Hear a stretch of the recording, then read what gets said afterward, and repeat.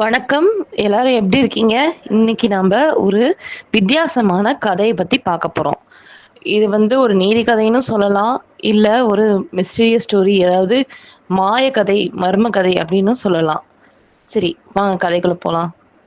என்னவா இருந்தாலும் கண்டிப்பா எல்லா கதையிலயும் ஒரு நீதி இருக்கும். அதே மாரி இந்த கதையில ஒரு பயங்கரமான நீதி இருக்கு. சில பேர் இது உண்மை கதைன்னு சொல்றாங்க. சில பேர் இது ஒரு கற்பனை கதைன்னு சொல்றாங்க. சரி வாங்க நம்ம கதைக்குள்ள போவோம். இது ஒரு ஜெர்மனியில நடந்த கதை. இது அந்த கதையோட பேர் த பைடு பைப்பர் ஆஃப் ஹாமில்டன் அப்படின்னு தான் இந்த கதையுடைய பெயர். இத நீங்க நெறைய பேர் கேள்விப்பட்டிருப்பீங்க. இந்த கதைய பேஸ் பண்ணி நம்ம ஹிருத்திக் ரோஷன் வச்சு ஒரு ஆட் கூட வந்திருக்கு. அந்த விளம்பரத்துல இந்த விசைய வச்சு எல்லாத்தையும் மயக்கிட்டு போற மாரி ஹிருத்திக் ரோஷன் போவாரு. உங்களுக்கு ஞாபகம் இருக்கான்னு தெரியல. ஆனா 90ஸ் கிட்ஸ்க்கு நெறைய பேத்துக்கு ஞாபகம் இருக்கும். அந்த இத மையமா வச்சு தான் இந்த கதைய மையமா வச்சு தான் அந்த விளம்பரமே எடுத்திருப்பாங்க. சரி வாங்க நம்ம கதைக்குள்ள போலாம். இந்த கதை பேர் பைடு பைப்பர். ஜெர்மனில ஹாமில்டன்ற ஒரு நகரத்துல மக்கள் சந்தோஷமா வாழ்ந்து வந்தாங்க. அந்த நகரம் மிகவும் அழகாக இருந்துச்சு. செல்வ செழிப்போடையும், வளங்களோடையும் இருந்துச்சு. அந்த நகரத்த பார்க்கும்போதே மக்களுக்கு அங்கு இருக்க ரொம்ப ஆசையா இருக்குமாம். அவ்வளவு இயற்கை அழகு கொட்டி கிடக்குமாம். அவ்ளோ சிறப்பான ஒரு நகரத்துல ஒரு நாள் ஒரு பிரச்சனை வந்துச்சாம். அந்த பிரச்சனை அந்த நகரத்தையே இந்த அளவுக்கு தலைகீழா திருப்பி போடும் அப்படின்னு யாரும் யோசிக்கலையாம்.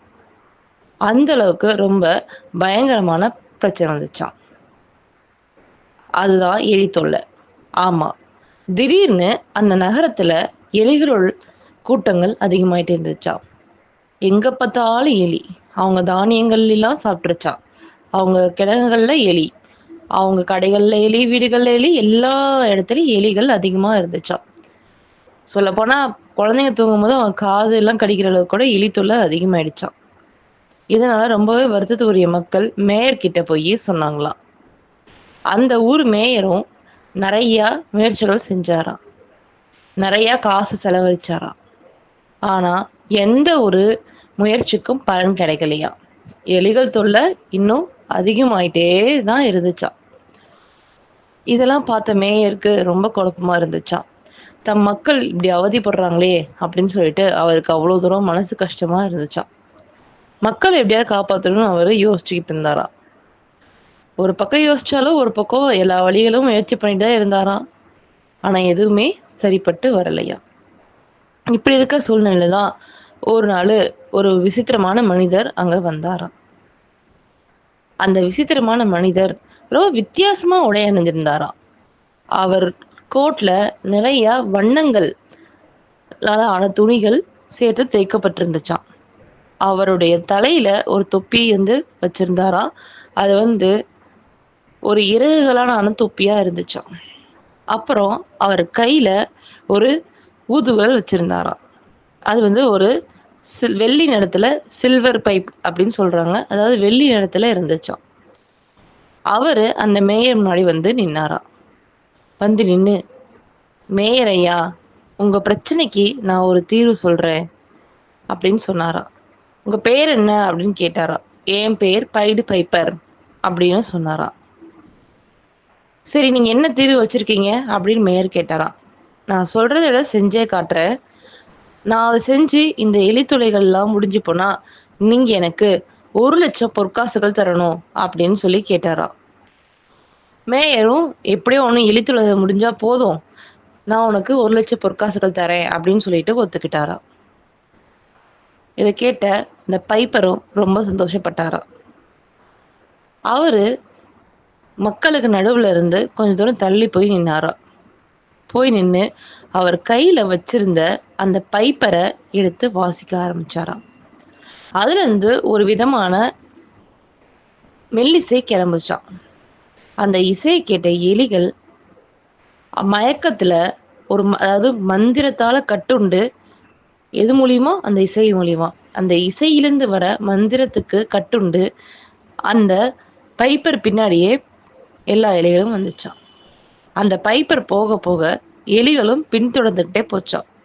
நகரத்துல ஒரு எலி விடாம எல்லா எலியுமே அந்த பைப்பர அந்த இசைய பின்தொடர்ந்து போச்சுங்களாம். இந்த பைப்பரும் அந்த இசைய வாசிச்சுக்கிட்டே கொஞ்சம் கொஞ்சமா அந்த நகரத்த விட்டு வெளில போனாராம். கொஞ்சம் கொஞ்சமா போக போக எலிகளும் பின்னாடியே போச்சாம். அத்தனை எலிகளும் அந்த மந்திரி இசைக்கு கட்டுப்பட்டு அவர் பின்னாடி போய்க்கிட்டே இருந்துச்சாம். அங்க ஒரு ஆறு வந்துச்சாம். பைப்பர் அந்த ஆத்த கடந்து போனாராம். இத கவனிக்காத அந்த எலிகள் மந்திர மயக்கத்துல அந்த ஆத்துக்குள்ள இருந்து குதிச்சு எல்லா எலிகளும் இறந்துருச்சாம். அன்னையிலிருந்து ஹாமில்டன் நகரத்துல எலி தொல்லையே இல்லையாம். இந்த எலியெல்லாம் கொண்டு போய் விட்டுட்டு அந்த பைப்பர் தன் காசுகளை, அதாவது தன் சன்மானத்தை பெறுறதுக்காக திருப்பி மேயர் கிட்ட வந்தாராம்.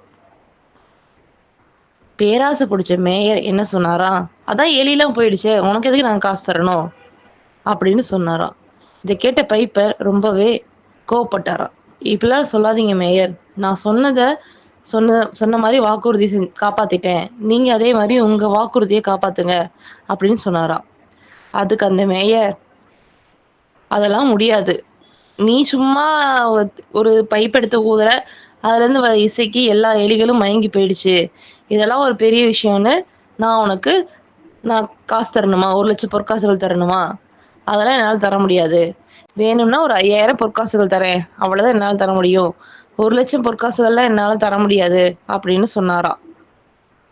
இதை கேட்ட பைப்பர் ரொம்பவே கோவப்பட்டாராம். அவர் அந்த மேயரை பார்த்து சொன்னாராம், எனக்கு இப்ப ஒரு காசு கூட வேண்டாம், ஆனா நீங்க பண்ண இந்த தப்புக்கு நிச்சயமா வருத்தப்படுவீங்க, அந்த நாள் வரும் அப்படின்னு சொல்லிட்டு போனாராம். கொஞ்ச நாள் கழிச்சு ஒரு சர்ச்சில் நிகழ்ச்சி நடந்துட்டு இருந்துச்சாம். அந்த ஊர்ல இருக்கிற பெரியவர்கள்லாம் அங்க இருந்தாங்களாம், சில குழந்தைங்களும் இருந்தாங்களாம். அப்ப அந்த பைப்பர் அங்க வந்தாராம்.